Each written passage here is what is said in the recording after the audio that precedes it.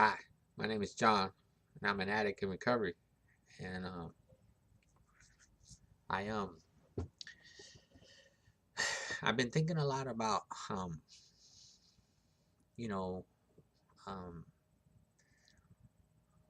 with to have an attitude of like needing help or seeking for help. You know what I'm saying? Like a lot of times, like I think a lot of times, like I think that if I ask for help, that it means I'm weak, or that that uh that there's something wrong with me, because and I don't want nobody to see that there's something wrong with me, or I don't want them to look at me like in a lower fashion or a lower way or whatever. And I think a lot about, you know like you know um I'm not I'm not um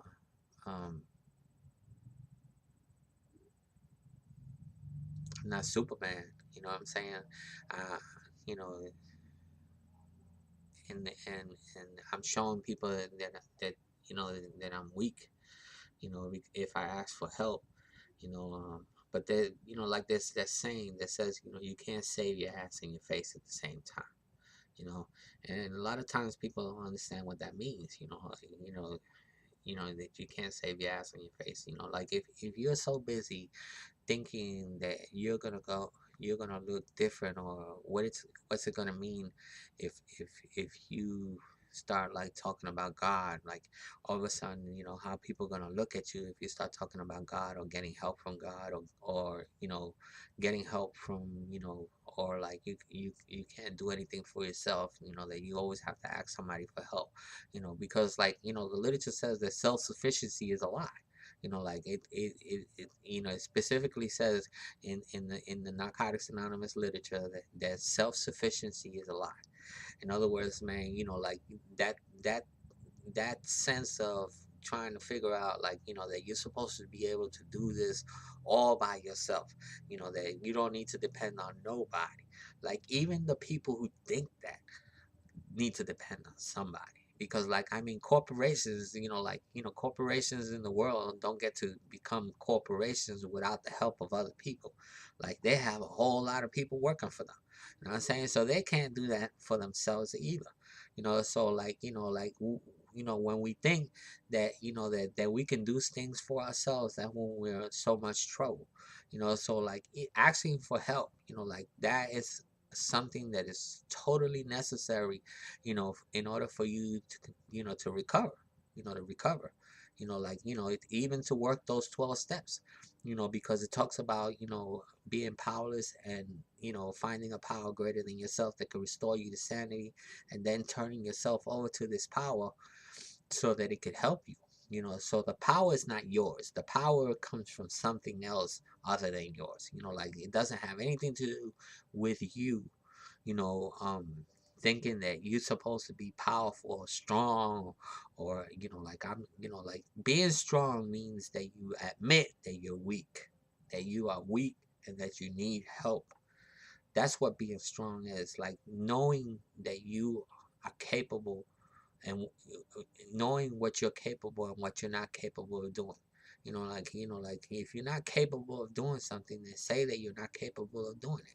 Like, there's nothing wrong with you not knowing something, or you not being able to do something. Like, I mean, that's why we have schools. That's why, we can, that's why we have schools. That's why we have grandmothers, mothers, for us to learn, you know things that we don't know how to do from them. You know what I'm saying? So we always need somebody's help. We always need somebody's help, and, like, I just wanted to stress that, that we need help. What I'm saying? We need help. And just because you're in need of help doesn't mean that there's something wrong with you, that you weak or whatever. What I'm saying? Like, it's almost insane to think that you can do it without any help. And I know, I mean, there's a large society out there that says that you don't need nobody, and you could do things for yourself. You could, like you could do, yeah, there's some things you can do for yourself, like physically give yourself a bath, or physically, and sometimes, like if you get old enough, you're probably not going to even be able to do that. You're going to need somebody to help you take a bath, you know what I'm saying? Or help you to do some things that you were capable of doing. So eventually, you're gonna end up needing help to do those things. So like whether you pay for them, or whether you get them for free, or whether somebody does them because they love you, or because they take I mean, it doesn't matter. Eventually you're gonna need some help.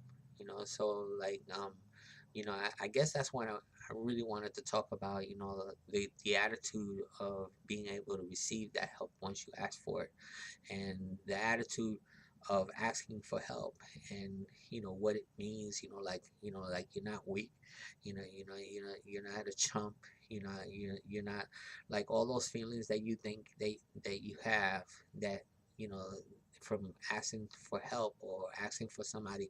It's like trying to get a ride to a meeting, or like reaching out to somebody to say, hey, can you give me a ride here, can you do that? And yeah, you might get a lot of people to tell you, no, I can't take you, or nothing like that. But the fact that you are doing those things is is effort in you know in action.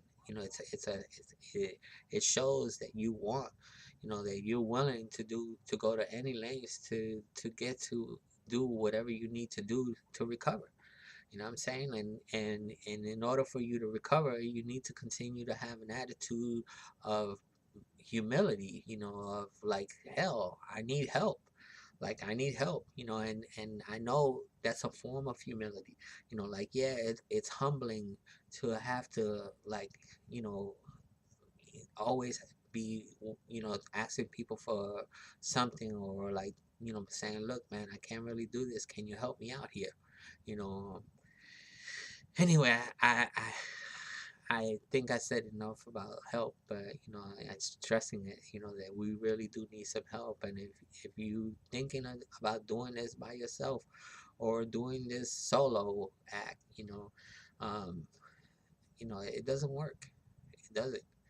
Like, I mean, I don't get anywhere when I try to do things by myself. It's I mean, it doesn't work. I mean, even to try to get a degree, needed some help doing that, and when we even go to school, we need some help. We need help from the teachers. We need help from the other students. We need help, getting, you know, even if we get help from a book, like from a book, or help from a therapist, or a psychiatrist, or a doctor, any type of, all of it is help. What I'm saying? It's all help. It all helps us to continue to live better, and continue to live sometimes let worse. And sometimes it makes us, some of the help, because I know sometimes people turn around and tell you things that can hurt you, that you do that ends up hurting you instead of helping you and stuff. So sometimes the help, like, but the most important thing is that you get experience, and you experience something different from what these people are telling you, and you learn what not to do and what to do. That's why it's important, like, even after you get the help, to make sure that you done made the decision to follow whatever suggestion they give you. Don't turn around and like, let somebody tell you what to do, so that you could turn around and blame them when it doesn't go right. Because the ultimate person who did it was you. You did it. So like, you didn't ask for help, and you always have the choice whether to follow it or not. Like, I mean, and if you ask for help and you don't do what they ask you to do, then don't get mad when it doesn't work out for you, because you didn't do what they asked you to do. Though, that, you have no excuse. So help is important. Help. We get by receiving a lot of help, and you know Um, I hope I help somebody. And then thank if nobody told you they love you today, I love you, and so does the God of my understanding. Love you too. Thanks for listening.